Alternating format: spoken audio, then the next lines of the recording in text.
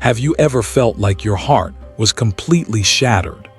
Not because love ended, but because it clung too tightly. We all carry stories of love, some sweet, some tragic. But behind most heartbreaks, there lies a subtle truth few dare to face. We don't suffer because we love too much. We suffer because we're attached. It begins innocently. You meet someone who makes your world feel brighter. Suddenly, their smile becomes your morning sun.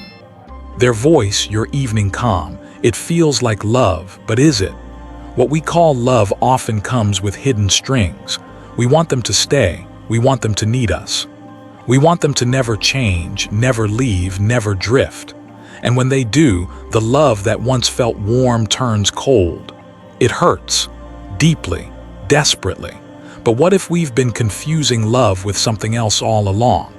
Attachment wears the mask of love. It imitates affection, but it's rooted in fear. Fear of being alone, fear of not being enough.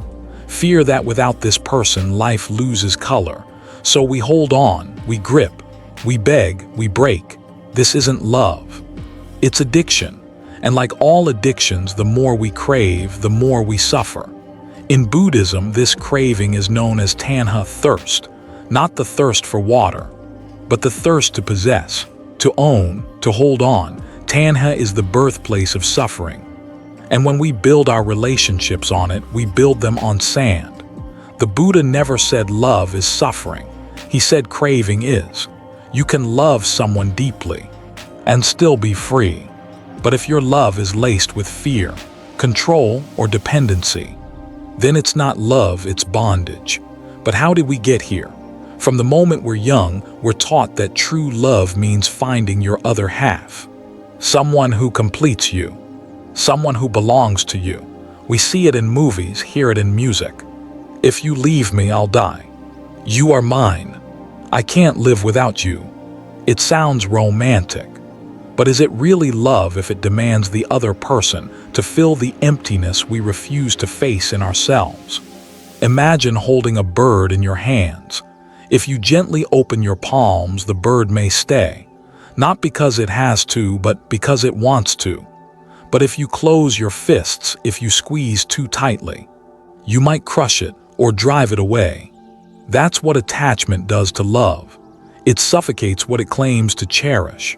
And yet, so many of us enter relationships hoping someone will fix us, that their presence will erase our pain, our loneliness, our lack.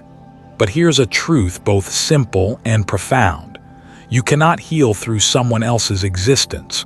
You must first learn to sit with your own, because only when you no longer need love can you finally give it freely.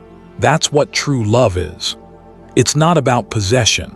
It's not about promises of forever. It's about presence. Being fully there with compassion, not control. With openness, not ownership. True love doesn't say, "You complete me." It whispers, "I see you. I honor you. You are already whole." So if what we call love causes us pain, perhaps it's time we ask, was it really love, or was it the illusion of love? A reflection of our unmet needs, our childhood wounds, our unhealed selves, dressed in the language of romance. There's a line often misattributed to the Buddha, but the essence rings true. If you like a flower, you pick it. If you love a flower, you water it every day. Attachment plucks. Love nurtures. Attachment says, "Stay or I'll suffer." Love says, "Be free, and I'll rejoice in your happiness." As we begin this journey together, this deep, honest exploration of what it means to love without clinging, know this: you are not broken for having loved with attachment. You are human. You were searching for comfort in the only way you knew how.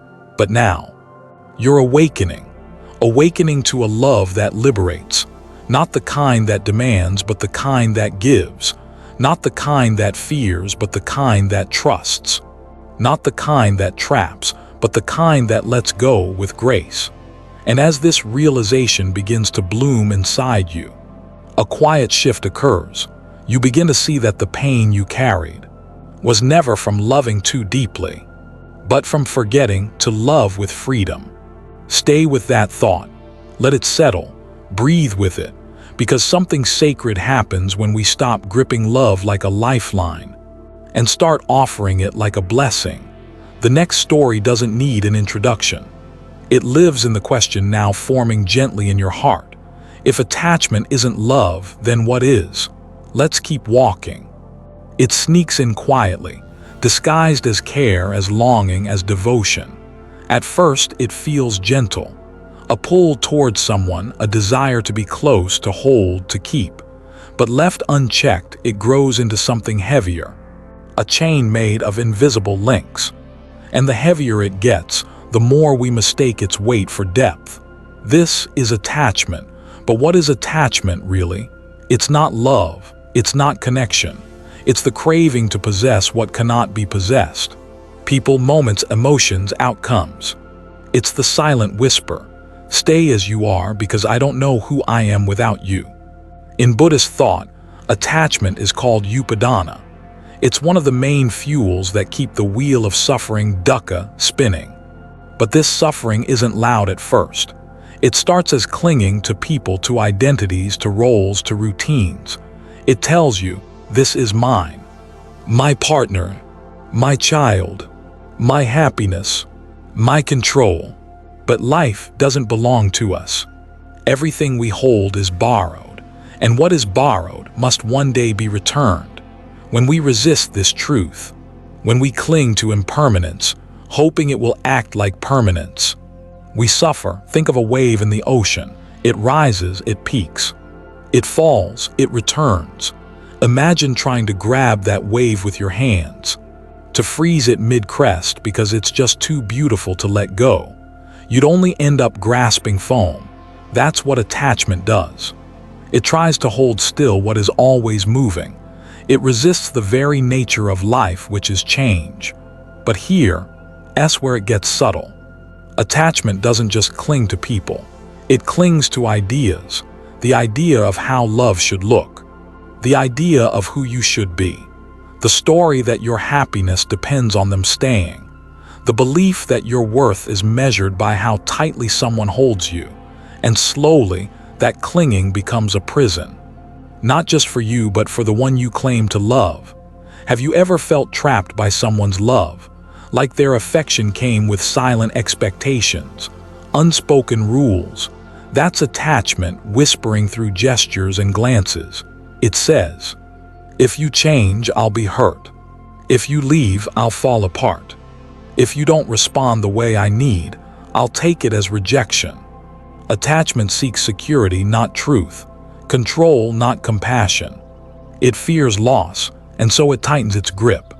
Not realizing that the tighter we hold, the faster things slip through. The Buddha taught, all suffering arises from attachment, not because we shouldn't care, but because we confuse caring with clinging. Letting go doesn't mean detachment or coldness. It means loving without demanding, being present without trying to possess. And yes, letting go can feel like dying. Because for most of us, attachment is how we define ourselves. Who are you without your roles, without your relationships, without your expectations? If that thought scares you, it's okay. It only means the self you've built is tied to things that can fade. But true freedom begins when you realize you are not the things you cling to. You are the space in which they come and go. Imagine standing by a river. You can try to dam it, control it, freeze it. Or you can stand in awe of its movement. Hands open, eyes soft, heart steady. Love is like that river. Attachment tries to bottle it, but love was never meant to be bottled. It flows, it gives, it renews. And what happens when we let go of attachment? We stop demanding guarantees. We stop fearing change. We begin to see others clearly. Not as our saviors, not as our property, but as fellow travelers, dancing with us for a time. It is in this letting go that a new kind of love is born, one that no longer needs the other to stay, in order to feel whole. And yet the ego resists this. The ego says, if I don't hold on, I'll be abandoned. If I don't cling, I'll be alone. But aloneness isn't emptiness. It's space. It's peace. It's the ground where unconditional love can finally grow. Because only when you stop gripping can your hands be open to truly give. So ask yourself gently, what have I been clinging to? A person, a role, an old wound, an identity that no longer fits. What would it feel like to loosen your grip just a little? To breathe instead of control, to love without fear, to allow someone to leave, and still be at peace. This isn't easy, it's a practice, a radical daily courage to love without attaching, to hold without gripping, to walk alongside someone without needing to own their path. But it is in that practice, not perfection, where suffering begins to dissolve, and what remains is love, pure, free, radiant. You are not here to be someone's cage, and no one is here to be your anchor. You are here to love, not to trap, to witness, not to own, to dance in the impermanence of life, knowing that beauty is born not in permanence, but in presence. And now from that stillness, a deeper question begins to rise. If letting go of attachment sets us free, then how do we love deeply, truly, without losing ourselves? Let's find out. There's a kind of love that doesn't bind, a kind of love that asks for nothing in return. It doesn't chase, it doesn't cling, it doesn't whisper, "You complete me." Instead, it breathes, "You are free." This is true love, not as the world defines it, but as the Buddha understood it. In the noise of modern romance, love is often confused with obsession, control, or emotional dependency. We're taught that to love is to need. That real love must come with longing, with sacrifice, with the ache of incompleteness. But in Buddhism, love is something else entirely. It is not born out of lack. It is born out of awareness. True love in the Buddhist sense begins where ego ends. The Buddha spoke of 4 divine abodes, states of being that represent the highest expressions of love. They are metta, loving kindness; karuna, compassion; mudita, sympathetic joy; awaken, equanimity. Each one deepens our understanding of what love truly is and what it is not. Metta, or loving kindness, is not about romance or passion. It's the gentle wish. May you be happy, may you be well, may you be free from suffering. No strings, no agenda, just the simple desire for another's happiness, even if that happiness doesn't include you. This kind of love doesn't chase. It blesses. Then comes karuna, compassion. It's not pity. It's not rescuing. It's the deep trembling of the heart when we see someone else in pain and respond not with fear but with presence. True compassion doesn't say, "I'll fix you." It says, "I'll sit with you in this. I will not turn away." In this, love becomes courage, to remain open even when it hurts. The third quality is mudita, sympathetic joy. This one is rare in our world. It is the ability to rejoice in the happiness of others, without envy, without comparison, without feeling lesser. Can you feel joy when someone else succeeds? When someone else is loved, praised, cherished? Mudita asks, can you celebrate someone else's light without dimming your own? This too is love. And finally, awaken, equanimity. This is not cold detachment, it is balance, a calm heart amidst chaos, an inner stillness that allows love to breathe freely without grasping. It's the wisdom to know, I cannot control your path, only honor mine. Equanimity brings clarity, the ability to love deeply while staying rooted in presence, not possession. Together, these 4 form the foundation of Buddhist love, a love that liberates, not entangles, that softens, not suffocates. It's not that Buddhism asks us to love less. It asks us to love more purely, to go beyond craving, beyond mine and yours, beyond fear of loss or hunger for permanence. This kind of love doesn't say, you must stay for me to be whole. It says, even if you go, my love remains. Because true love isn't measured by how tightly we hold. but by how freely we let others be themselves. It's not, "I'll love you if." It's, "I love you, that's all." But let's be honest. This kind of love takes deep inner work. Because we all carry wounds, and those wounds whisper lies. If they leave, it means I'm not enough. If they don't choose me, I've failed. If I let go, I'll be forgotten. Buddhist love invites us to meet these voices with compassion, not shame. To turn toward the hurt child within and say, "You are safe now. You do not need to cling to be loved. You are love itself." When we practice true love, we become a refuge. Not just for others, but for ourselves. We don't chase peace in someone else's eyes. We bring peace with us wherever we go. And from that wholeness, we give without fear. We care without controlling. We stay present even when things fall apart. So what does this look like in real life? It looks like respecting boundaries. It looks like celebrating someone's growth, even if it leads them away from you. It looks like speaking with kindness, even in conflict. It looks like loving without turning someone into a project. It looks like freedom, because love without freedom is not love. It's possession. It's attachment dressed in affection's clothing. And the moment we confuse the two, we start to suffer. But here's the beauty: the more we let go of attachment, the more space we make for love to bloom, wild, unforced, and alive. Not a fire that burns to consume, but a warmth that radiates without needing to be returned. You don't have to wait for the perfect person to give this kind of love. You become it. You become the kindness. You become the compassion.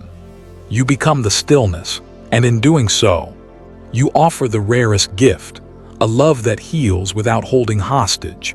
So now we understand, love in its truest form is not a transaction. It is a transformation. Not a need, but a realization. You don't fall into it. You rise within it. And yet a question still lingers. If we love so freely, so unconditionally, does that mean we must let go of all desire? Does true love mean we cannot want someone? Or is there a place, a middle way, where desire and detachment can coexist? Let's explore this deeper next. We've all heard the phrase, "I can't live without you." It sounds romantic.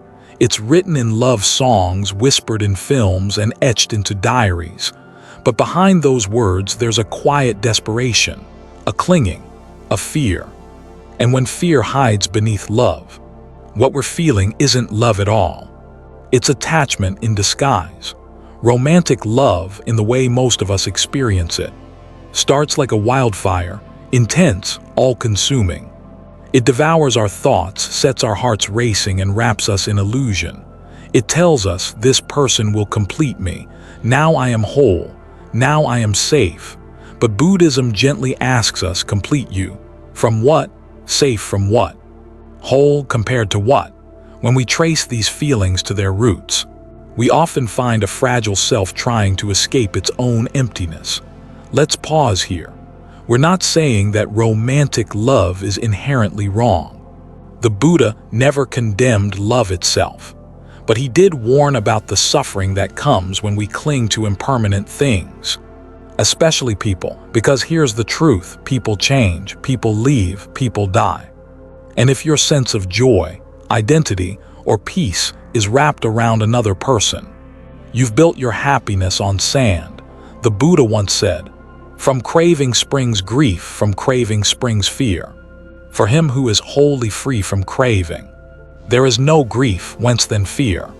Nowhere is this craving more seductive than in romantic obsession. We crave their attention. We crave their touch. We crave the version of ourselves we become when we're with them. And in that craving, we forget who we truly are. Think about how romantic love often unfolds. We idealize someone.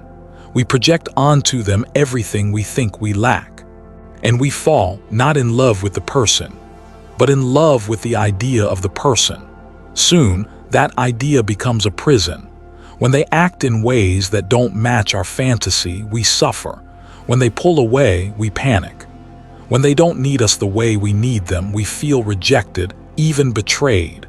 But the betrayal isn't theirs. It's our mind betraying reality. Romantic love becomes a trap the moment we make it about possession. You're mine. You shouldn't look at anyone else. You should always want me, need me, think of me. But love rooted in control is fear pretending to be love, and fear always leads to suffering. Buddhism teaches us to look beneath the surface. What is this love built on? Is it built on freedom or fear, on presence or projection, on respect or the need to control? The answers are often uncomfortable, but they're also liberating. Because when we see clearly, we can finally choose differently. You may wonder, so what do we do with this knowledge? Do we give up on love altogether? Absolutely not. The Buddha never said to stop loving. He said to love without clinging, to love with your heart open, but your hands unclenched. There is nothing wrong with falling in love. What causes suffering is the falling, the loss of balance, the surrender of self. True love doesn't make you fall. It helps you rise. It doesn't demand someone stay to validate your worth. It honors their path, even when it doesn't intertwine with yours. Romantic love can be beautiful when it's grounded in mindfulness, when it's not about escaping loneliness, but about sharing presence, when it's not about fixing someone or being fixed, but about walking together, aware, awake, and free. There's a Zen parable. A man came to a monk and said, "Master, I am in love, but I fear the day she leaves me." The monk replied, "Then you do not love her. You love your own comfort. Love that fears loss is not love. It is fear in silk robes. Ask yourself, would I still care for this person if they never returned my affection? Would I still wish them well if they moved on? If the answer is yes, that is love. If the answer is no, that is attachment, and the trap becomes clear. Let's not confuse intensity for depth. Just because something feels strong doesn't mean it's real. A flame that burns bright can still be an illusion. What we must learn, and what Buddhism teaches, is how to love without losing ourselves, to open our hearts without chaining them to someone else's behavior. Because the moment your happiness depends on another's actions, you've handed them the key to your suffering. So how do we untangle this? How do we shift from craving to clarity, from obsession to openness? It begins with seeing love not as something to own, but as something to offer. It begins with letting go of needing to be chosen, and instead choosing yourself first. The romantic world says, "Find your other half."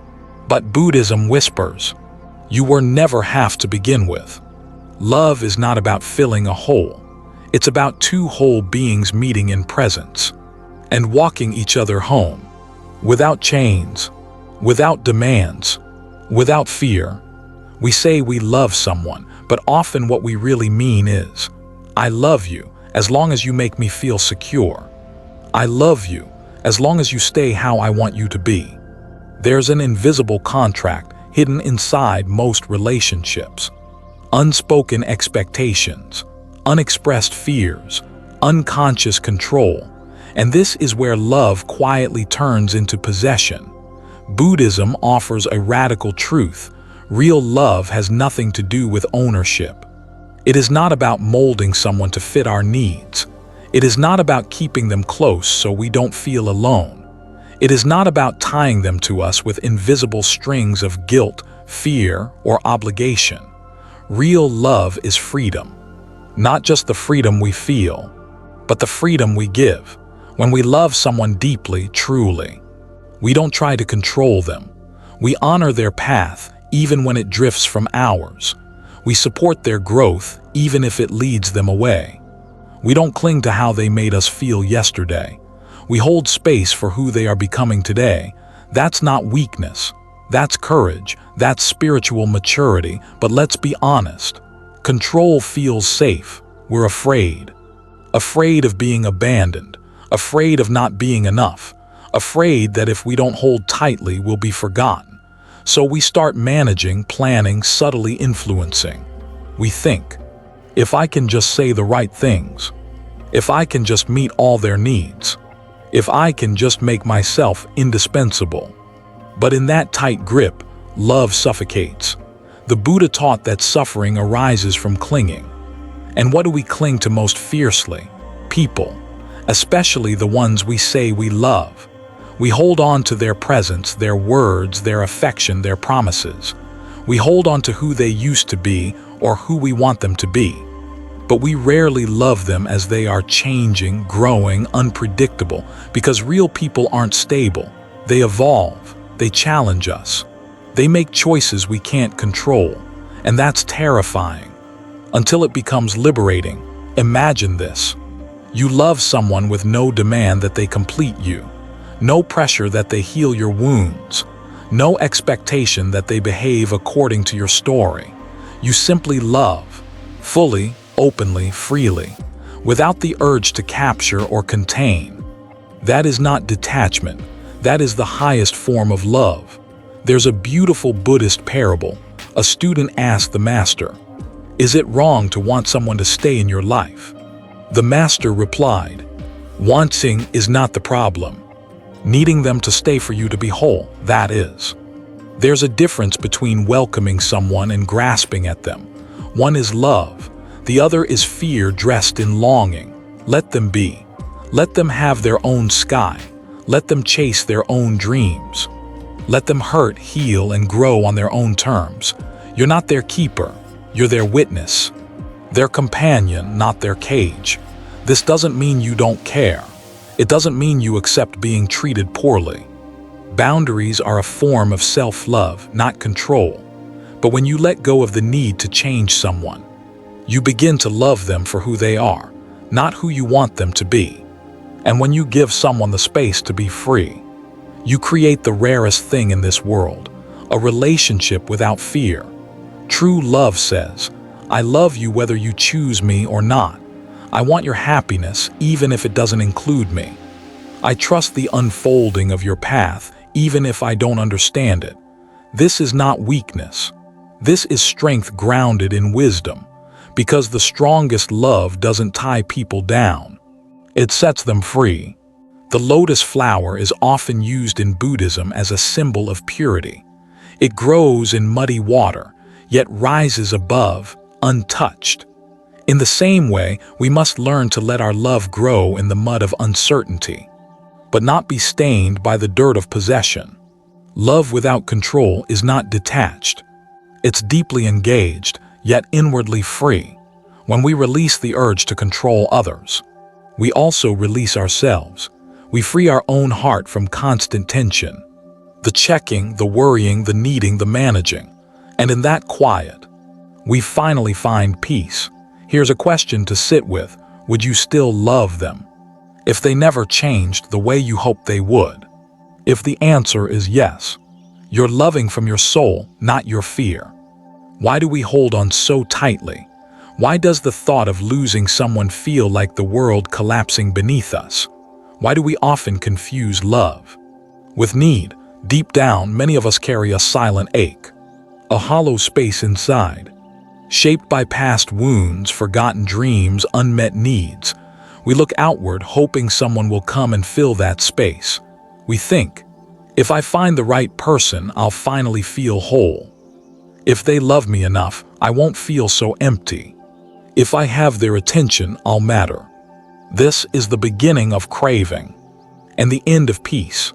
The Buddha taught, all suffering comes from desire, and the greatest desire is the desire to be someone through someone else. We turn people into medicine, into mirrors, into meaning. We don't just love them. We depend on them to fix what's broken inside us.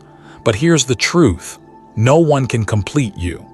When we make someone the source of our worth, our love becomes a transaction.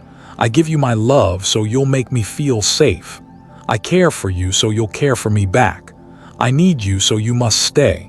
This isn't love. It's hunger wearing the mask of affection. Imagine holding a cup with a crack in it. No matter how much water you pour in, it leaks out slowly, silently. That's what loving from emptiness feels like. No matter how much someone gives, it's never quite enough. No matter how close they get, you still feel distant. No matter how many times they say I love you, you still doubt it the next day. Because the problem isn't their love. It's the void inside that only you can face. So how do we heal that void?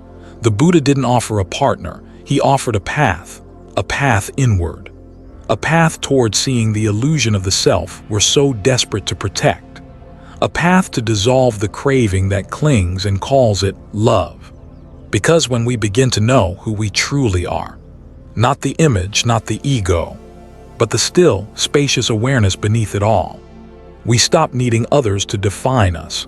We stop loving just to fill silence. We love because we are already full. To love without needing does mean you don't care. It means you are no longer broken without them. It means your joy is not dependent on their mood. It means your heart is no longer a hostage to their choices. It means you can say, I choose to love you, not because I need to, but because I want to freely, wholly, consciously. Let's pause for a moment, look within, ask yourself, what am I asking others to heal in me? What emptiness am I trying to escape through them? What am I afraid to sit with when I'm alone? These questions are uncomfortable, but they are the beginning of freedom. We spend so much time learning how to impress, attract, keep, fix, decode. But what if we spent that time learning how to sit still with ourselves? What if we became the partner we're searching for? What if we turned our need into nourishment and met our own gaze with tenderness? This is not selfish. This is sacred. Buddhism teaches metta, loving kindness, but it starts not with others. It starts with you. Can you be kind to yourself when you feel lonely? Can you hold space for your sadness without asking someone else to make it go away? Can you love from overflow, not emptiness? Because only then, when your heart is full on its own, can you offer love that frees, not entangles. You don't need to fix every scar before you love, but you must stop using love to avoid your scars.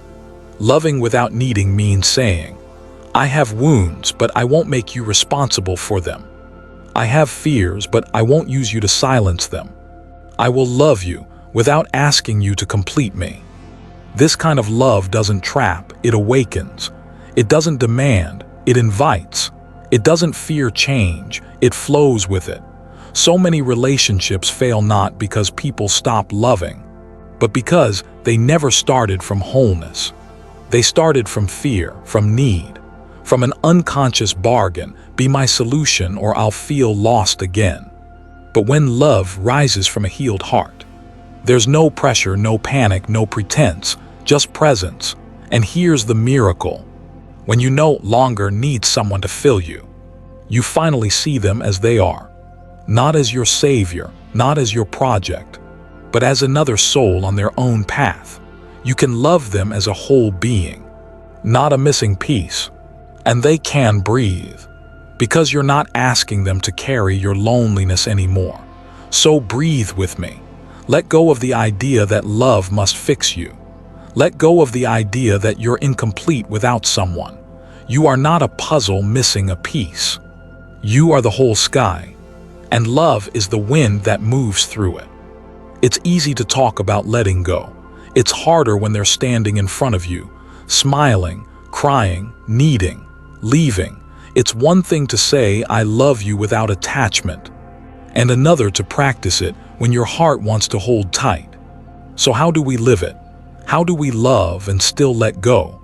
The answer isn't in retreating to a monastery. It's in your morning coffee, your daily texts, your child's laugh, the sound of their key turning in the door at the end of the day. Non-attached love isn't cold. It isn't distant. It isn't about walking away. It's about showing up fully with an open hand, not a clenched fist. Let's begin with presence. Attachment lives in the mind. The future, the past, the fantasy. Non-attached love lives in the moment. It sees clearly. This is who you are right now, not who I want you to be. not who I fear you'll become. When you practice presence, you stop arguing with reality. You stop projecting stories onto others. You simply love them here, and here is enough. One way to practice this is through mindful listening. Next time your partner speaks, or your friend vents, or your parent repeats that same story, notice your mind's urge to fix, judge, defend, or escape. Then breathe and just listen. Let them be, let yourself be. This is non-attached love in real time. The willingness to witness without controlling, without needing it to go your way. Another practice is compassionate boundaries. Love without attachment doesn't mean saying yes to everything. It means honoring your truth kindly. It's the courage to say, I care for you deeply, but I can't betray myself to please you. I'll walk with you, but I won't carry you. I love you, and I choose not to lose myself in loving you. When you say no with clarity and softness, you create space for real love to breathe. Love doesn't require martyrdom. It requires mindfulness. One of the most beautiful ways to live non-attached love is through gratitude without grasping. Each morning, look at those you love and silently say, thank you for today. I don't own you. You don't belong to me. And still, I'm grateful for your presence. This keeps your heart soft. It reminds you that love is a privilege, not a possession. We often think, if I don't hold tight, I'll lose them. But the opposite is true. When we love with openness, others feel safe. They don't feel pressured to perform. They don't feel caged by our expectations. They feel free, and freedom is the soil where love truly grows. No one wants to be someone's lifeline, but everyone longs to be truly seen. Without being chained to a role they never agreed to play, you might ask, but if I let go of attachment, won't I become detached? Won't I stop caring? Not at all. Non-attached love is not less love. It's purer love, love without fear. When you remove the need to control, to keep, to fix, what remains is the raw beauty of being together. Nothing to prove, nothing to lose, just presence, just care, just love. Here's a small daily mantra whispered from the heart of Buddhist wisdom. Let me love you with freedom. Let me honor your path even when it differs from mine. Let me see you, not through the lens of my need, but with the light of compassion. Repeat it when you feel yourself clinging, when fear rises, when jealousy knocks. Let it soften the grip. The Buddha once said, just as a mother would protect her only child, even at the risk of her life, so let your heart be filled with boundless love for all beings. This is not a love of clinging. It is a love of liberation, a love that says, I don't need you to be mine, for you to matter to me. So start small, pause before reacting. Notice when love turns into demand. Choose kindness over control. Be present even in goodbye. And let those you love feel safe in your presence. Not safe because they'll never leave, but safe because you won't try to hold them too tightly. This is how we love without losing ourselves. This is how we let go without shutting down. This is how we bring the teachings off the cushion and into the heartbeat of life. When we practice non-attached love, we don't love less. We love wiser, and in that wisdom, we create space for the most beautiful love of all. Love that frees everyone involved, including ourselves. Sometimes the greatest act of love is walking away, not out of anger, not from indifference, but from understanding. Letting go isn't giving up, it's giving space. It's choosing growth, theirs, yours, and the space in between. But why is it so hard? Because we confuse letting go with abandonment. We mistake presence with permanence. We believe that love should hold on. And yet, the deeper truth is this: true love lets go because it trusts. When we hold on too tightly, we squeeze the life out of the very thing we're trying to protect. We try to keep them from changing. We try to hold them close, even when the path calls them elsewhere. But love is not a cage. And people are not possessions. They are flowing rivers, not framed photographs. The river doesn't stop flowing just because we love it. It moves, it shifts, it finds its course. To love the river is to let it run. Letting go might mean releasing someone we love deeply. It might mean stepping back when we want to step in. It might mean watching them make mistakes we can't prevent. It hurts, not because it's wrong, but because it's real. Real love isn't painless, but it is selfless. It says, I want what is best for you, even if that best doesn't include me. There's a story in Zen tradition of a young monk who fell in love with a woman from the village. He struggled, meditated, fasted, but the feelings remained. So he went to his teacher and confessed, I love her. I think I should leave the monastery. The teacher looked at him, smiled gently and said, then love her, but love her enough to give her freedom. Love her enough not to make her your escape. Love her enough to let her go if that's what love truly asks. Years later, the monk remained, still with love in his heart, but no chains in his hands.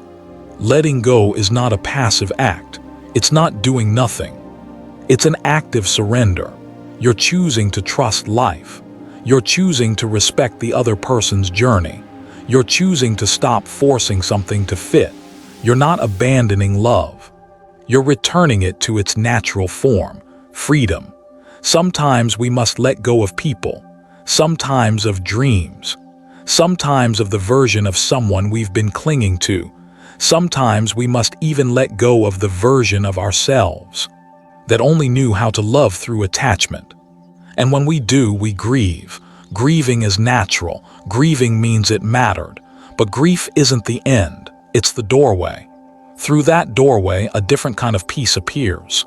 One not built on control, but on clarity. There's a line in the Dhammapada.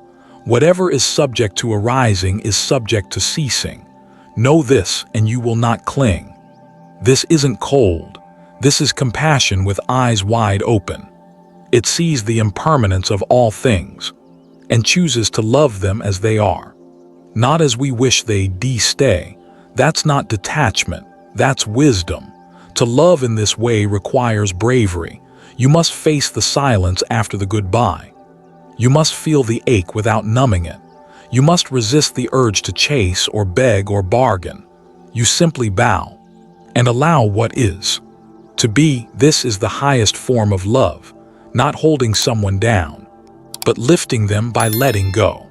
And strangely, this love leaves no residue of bitterness, only softness, only spaciousness. It says, I love you enough to let you be who you need to become. I love myself enough not to shrink just to keep you near. I love life enough to trust its unfolding, even when it tears my heart open. Letting go doesn't always mean it's over. Sometimes it means the relationship evolves. Sometimes it comes back freer, lighter. Sometimes it doesn't. But either way, you grow. You learn that love isn't about keeping. It's about seeing clearly and acting kindly. It's not about forever. It's about fully now. So the next time you feel love becoming tight, ask yourself, is this love? Or is this fear disguised as love? Is this connection? Or is this control? And if the answer is fear, then maybe, just maybe, letting go is the most loving thing you can do. Because the truth is, the heart doesn't close when you let go, it expands. And in that expansion, you become capable of loving not just one, but all beings with tenderness, with clarity, with no strings attached. From this place of quiet strength, we begin to see a deeper beauty. That love, when freed from attachment, becomes something boundless. It becomes compassion. It becomes wisdom. It becomes peace. And in that peace, we remember, letting go was never the end. It was always the beginning. To truly love someone is not to own them, but to be with them fully, without conditions, without chains. Real love doesn't ask, who do you belong to? It asks, how can I be with you with my whole heart right now? Not to mold, not to hold, just to meet soul to soul. That is the presence love longs for. Possession is rooted in fear. Presence is rooted in freedom. Fear says, if I don't hold on, I'll lose you. But love says, if I truly see you, I've already found you. Fear demands, be mine. Love whispers, be you. And in that quiet permission, we discover a love that doesn't shrink us or trap us, but awakens us. There is a great lie we've inherited from stories, songs, and screenplays, that if we don't possess someone, we must not love them enough. That jealousy proves affection. That control means care. That intensity equals intimacy. But this is love distorted by ego. It doesn't liberate, it binds. It says, you're mine, you can't leave. I need you to stay the same so I feel safe. And when we call that love, we set ourselves up to suffer. Again and again. Real love doesn't live in the past or the future. It lives in presence. Not, what were we? Not, what will you give me? But, who are you right now, and can I meet you there? This is the ground where love becomes a spiritual practice. Not a transaction, not a performance.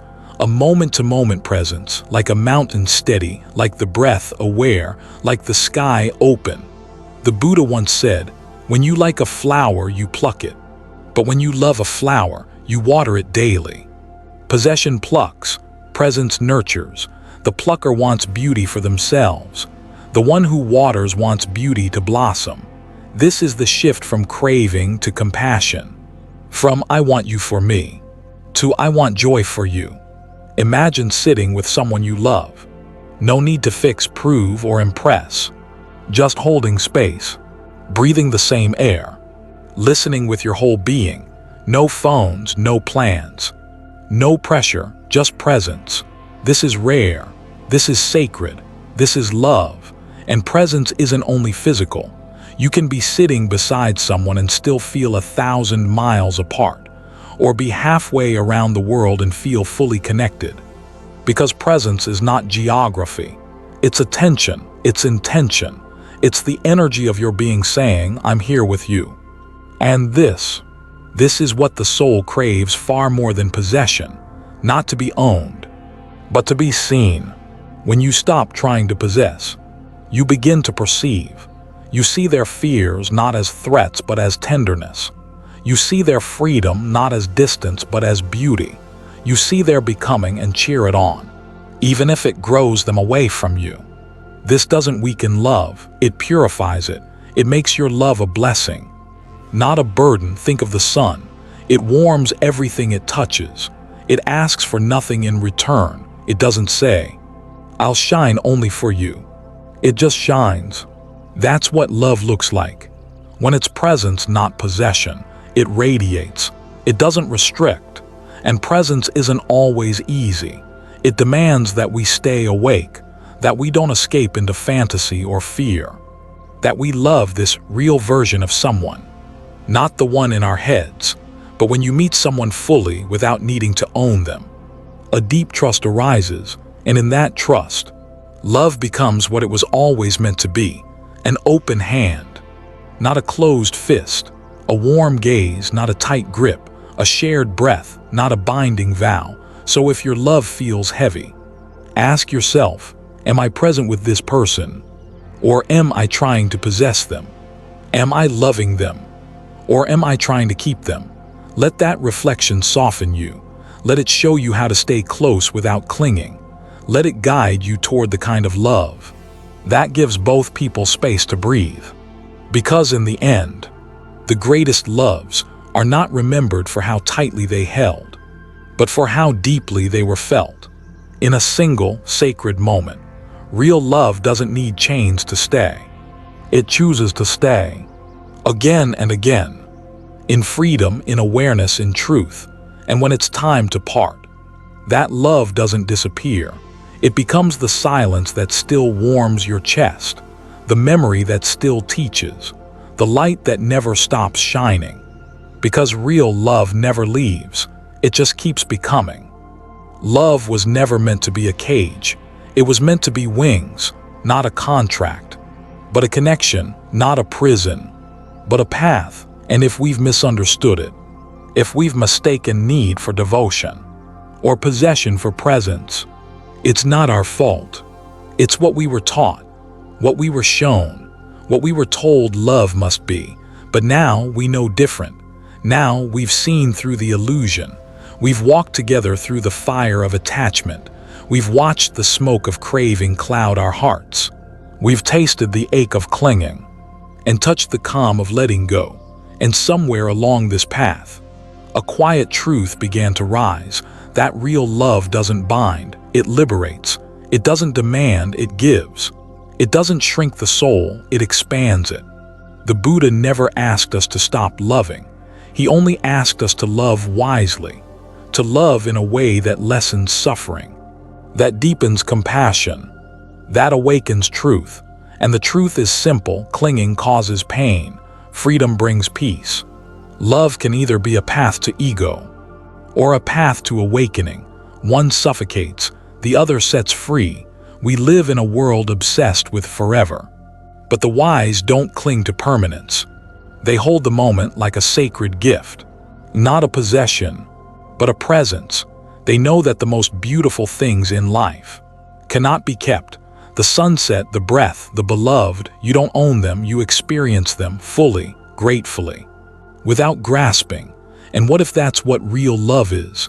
Not a story of happily ever after, but a sacred now, a meeting of two beings, in presence, in honesty, in freedom, not because they complete each other, but because they see each other clearly, not because they need each other, but because they choose each other, not to fill a void, but to walk side by side as whole souls. So if love ever feels like suffering, look closer, ask yourself, am I clinging? Or am I loving? Am I afraid to lose them? Or am I forgetting myself? Am I trying to control them? Or am I learning to trust? These questions aren't easy, but they are freeing, because love begins to transform the moment we release the need to own. Letting go doesn't mean loving less. It means loving more purely. It means honoring the other's path, even if it's not ours. It means holding space, not holding back. It means knowing that sometimes the most loving thing we can say is, I see you, I cherish you, and I don't need to chain you to me to feel whole. In the end, love without attachment is not cold, it's not indifferent. It is the warmest, most courageous form of love, because it asks us to love with open hands, with steady hearts, with the wisdom to know that every soul is on its own journey. And that love is not about keeping someone close, but walking with them while they are here. So breathe, let go of the tight grip, stop chasing the illusion, and start living the truth. Because the moment you stop clinging, you start seeing, you start feeling, you start loving, not from fear, not from lack, but from fullness. True love liberates, not clings. It doesn't hold you down. It lifts you up. It doesn't ask you to be less. It invites you to be fully, gloriously yourself. And it doesn't leave you empty when it ends. It leaves you awakened. It leaves you whole. So may you love with presence, not possession, with compassion, not craving, with freedom, not fear. May your love be a path to peace, for yourself and for all beings, because in the end, the most beautiful kind of love is the one that sets you free, and that is true love.